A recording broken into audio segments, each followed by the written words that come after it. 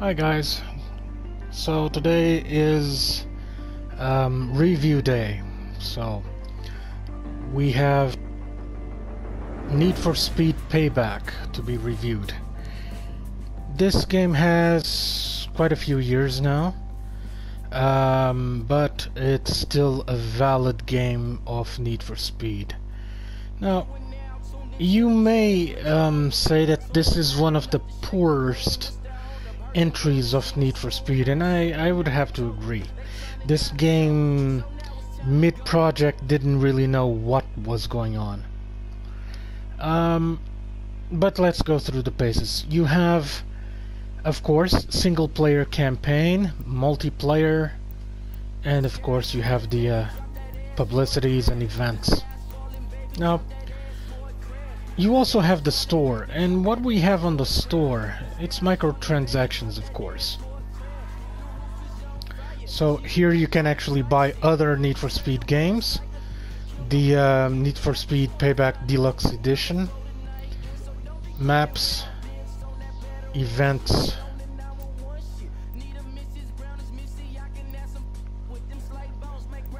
and DLC cars. They're not very cheap. For these kinds of DLCs, I would say €1 a piece, because some of them only have one car.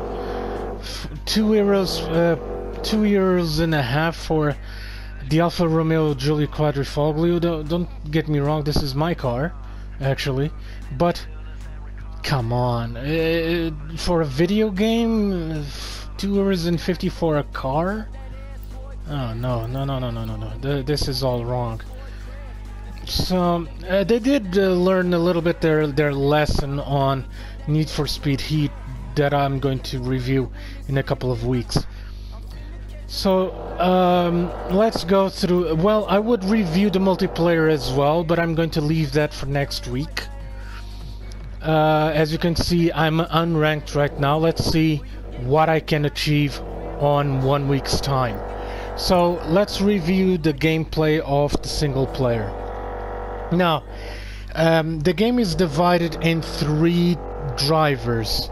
Tyler, Mac, and a girl that for the life of me I cannot remember her name.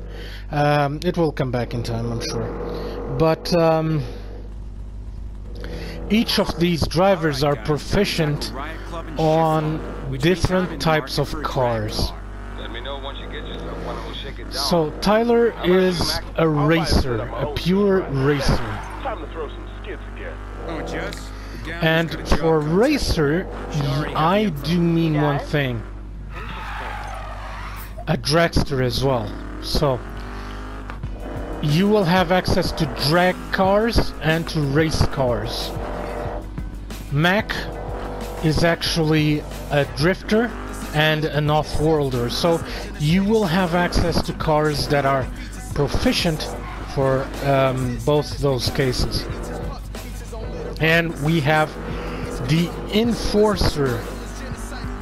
Now, the Enforcer is a little bit of both.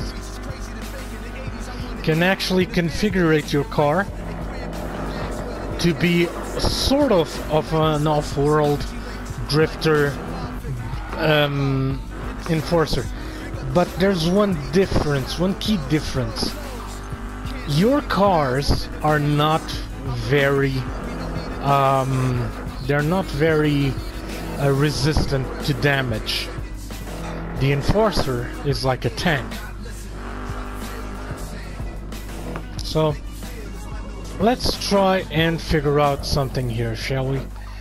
So you already saw Tyler. Tyler is this driver. He has a dragster right now, but he also can race these races here, these red races, which are sprint races. Of course, you will have access to these orange type races, which are drag races.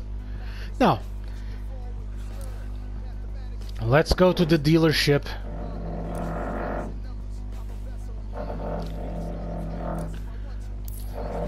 That sells Enforcers, shall we?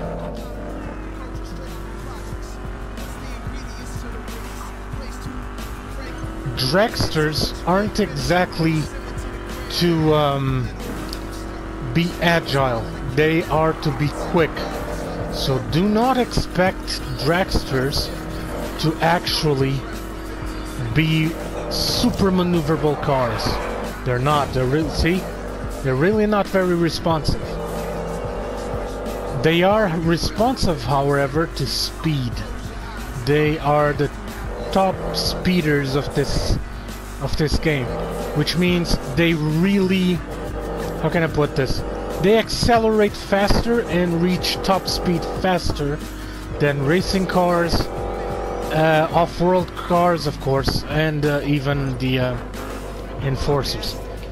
Also, this was one of the first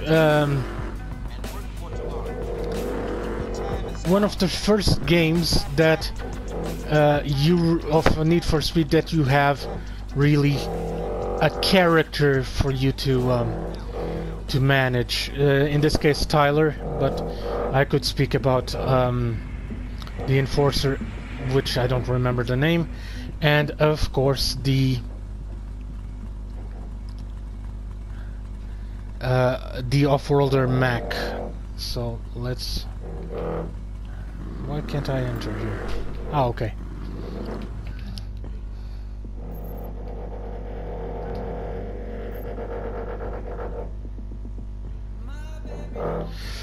So here you're going to have to pick and choose a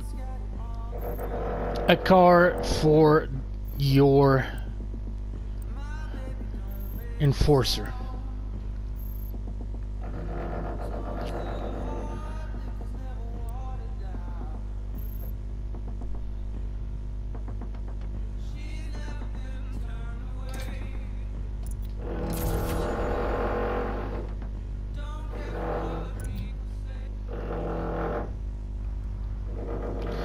So, her name is Jess, the enforcer.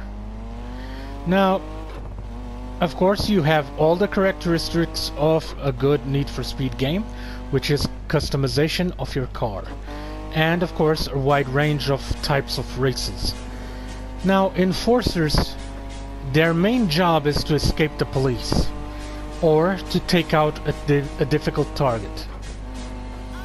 In order to achieve this, you have to really empower your car with speed, but also with resistance. So, let's go forward.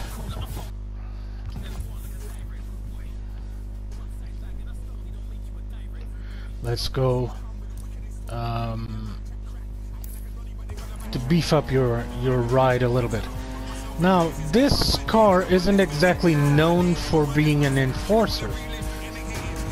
The first generation Skyline, Nissan Skyline. But I like a challenge.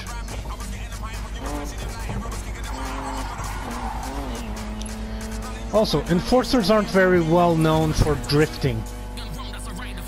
So you can actually give your car a little bit of drift capability, but these cars are to really pick up speed, be like tanks,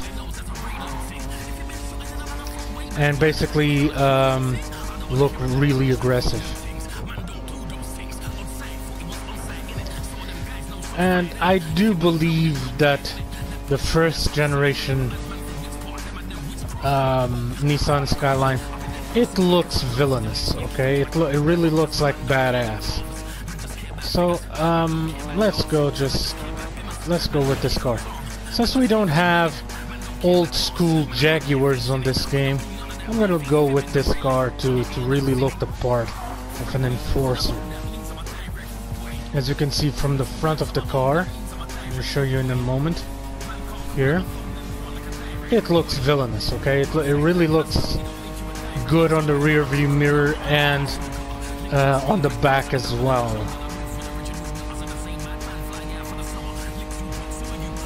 Also, by definition, all your cars already come equipped with nitros, but you can actually upgrade your engine and engine parts. This is where this game really took a tumble. Most of the upgrades are based on cards. You know, the system that we had on Battlefield and on Battlefront 2. The cards that you empower your troopers with specialized weapons and specialized powers. Same thing here. It doesn't work on a racing game. Okay, it looks like shit in a racing game, and this is where this game really dived down in terms of quality. It should not have had this upgrade system at all. At all. So, as you can see here, let me show you its cards. Okay? And how do you gain these cards? You can buy them on the store for an arm and a leg, or you can gain by winning races. But for winning races, you have to be upgraded. So the cycle is never ending.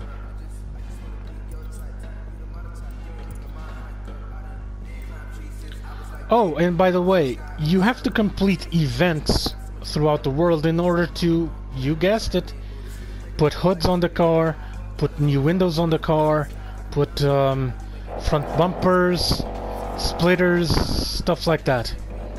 Do not expect that you can upgrade all of your car's visuals right from the get-go. It's impossible. But you can actually you can actually do it quite well, because these events aren't very hard.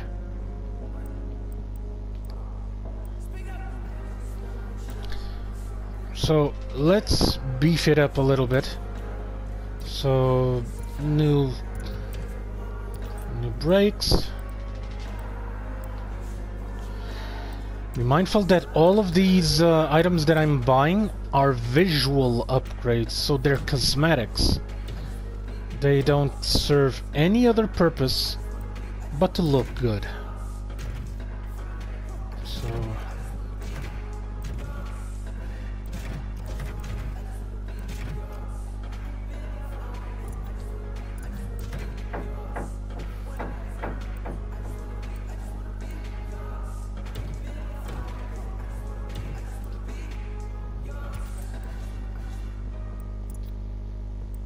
as you can see, we have a splitter as well.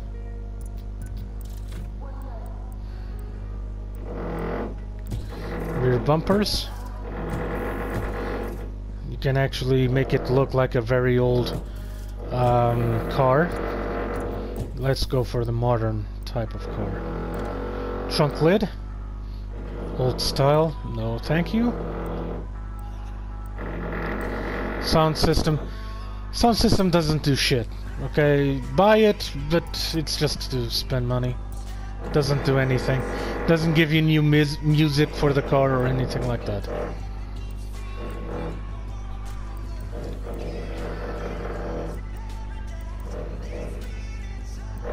So basically you cannot do very much with this car. So let's go to a race.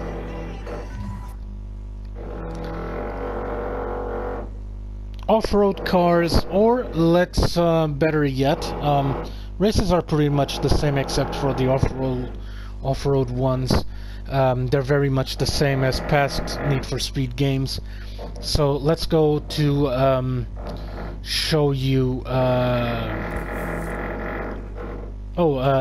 now, yeah, it's drifting that I have to buy. Regardless, this game is actually very good in terms of choosing the part. This actually set the stage for Need for Speed Heat to really punch that into a new speed frame, just to give an analogy. Of course, the musics are on cue. They're very Need for Speed music.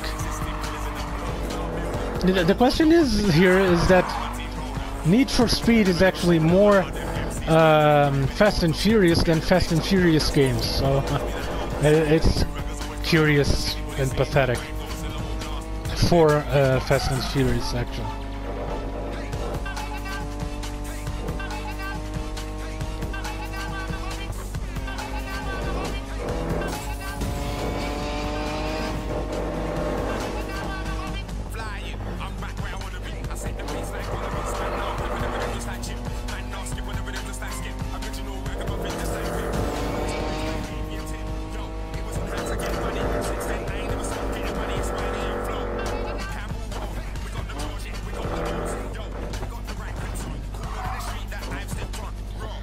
Of course, do not do what I just did, boys and girls. Drive safely. Apart from that, how can we grade a game that was so devastated by the critics Always game for a job on the west side. when it came out? I really can't. The game hasn't changed all that much. It was not very much repaired from when it was first launched. The game's people were asking for them to take the game back onto the drawing board in terms of the upgrade systems of the engine of the car. They haven't done that. It's still the stupid cards. So, yeah, it's really not a very good. It's really wasn't a good thing for them to do.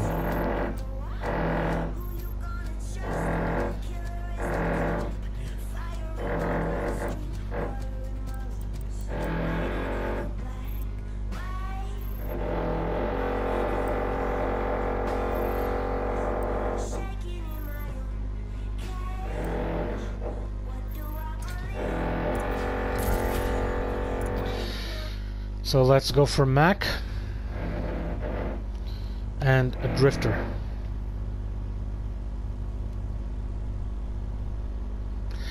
As you can see, Mac is British, so it's on the wrong side. Well, it's on the British side, the steering wheel. Sorry, my British friends. It's not on the wrong side, it's on the British side. So.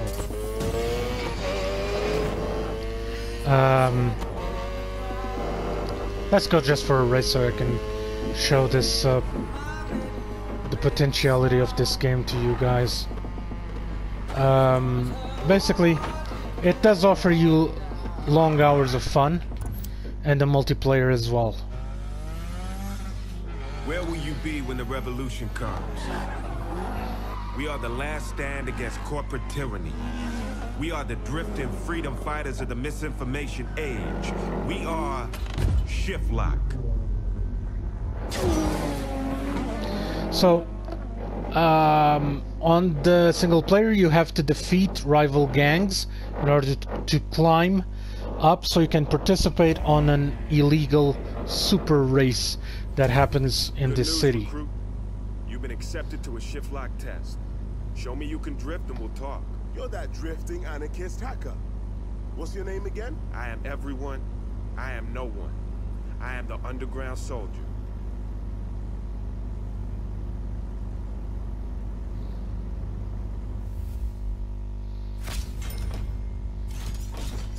You can accept side bets. No.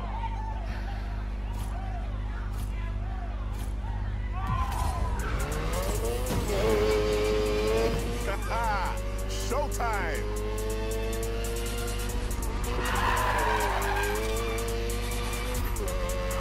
What will you have to do on a drifting race? Skid around the max that you can. Basically, you have to skid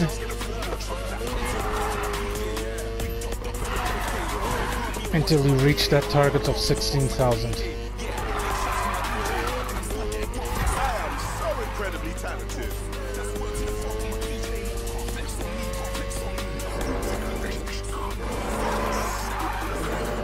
Yeah, this is Unit 23. We have someone out here who's verifiably on fire, over and out.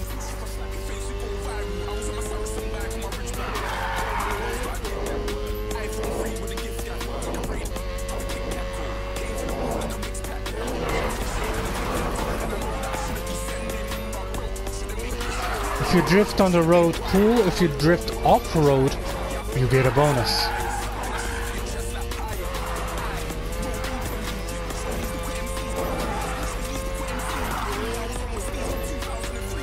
The more you drift, the more your multiplier will increase.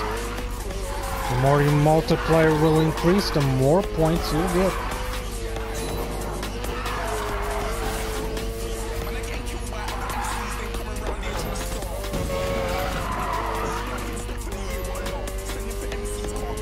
you can see, I more than did the quota.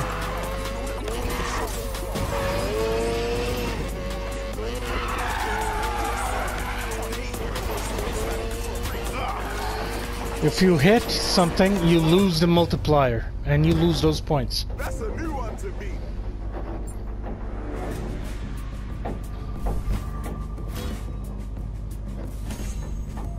So I won more money because I won the side quest.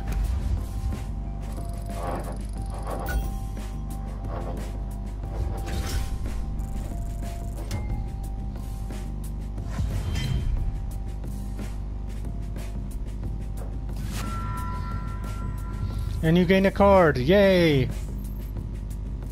Yeah.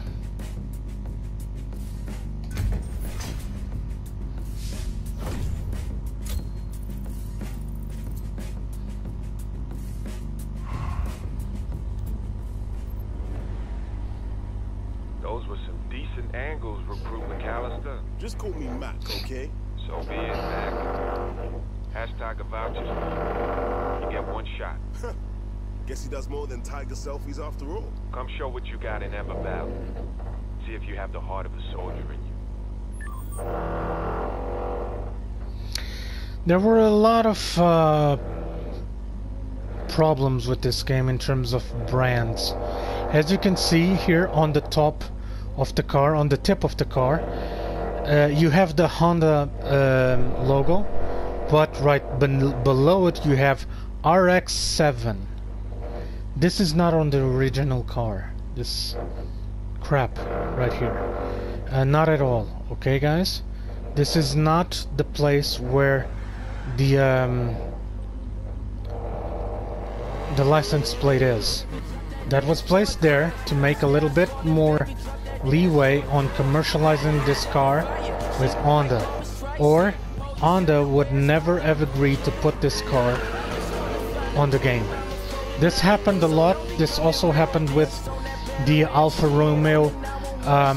Music-wise, there was a lot of controversy as well because certain bands didn't like the game, so they said they never authorized their musics to be in the game, although there was a contract. This game had a lot of negative points on its chest. I'm afraid that grading-wise, I'm going to reflect that as well. So, let's grade this game, shall we? Be mindful that this is just the single-player grading of the game. Single-player gameplay, that is. I'm going to give it a 6. I hate this stupid thing that they made with the upgrade of the car being cards. I hated it with so much of a passion that I have no words for it. I hated it. So this game is going to be a solid 6. There are a few other bugs, and I do apologize for this noise on the background. There are a lot of construction work on my building at this point, unfortunately. Now that we are no longer in confinement, yeah, they start making construction all over the place here in Portugal. And up until we go back into quarantine again, which we're not far on happening again. So, guys, I have to say, a 6. I was really disappointed with the system that this game adopted for upgrading. I loved the system that they had on Need for Speed. Need for Speed. How can I put this? Yeah, Need for Speed. The remastered game. I don't know. The game that came before this one. And no, I'm not talking about The Run. That game is even worse than this one. I'm not going to even review that game. To me, it's an abomination. It's not Need for Speed at all. So, as you can see, I have other cars already on display. You can actually keep a lot of cars on your storeroom. Now, it's a solid 6, guys. I hope you guys enjoyed this review. If you have the chance, if you find this game in a promotion, a really good promotion, that you can acquire it for like €5, yeah, do it. For more than €10, don't even bother. Go for Need for Speed Heat, which is a lot better than this one. So guys, thank you for watching. Stay safe and play on.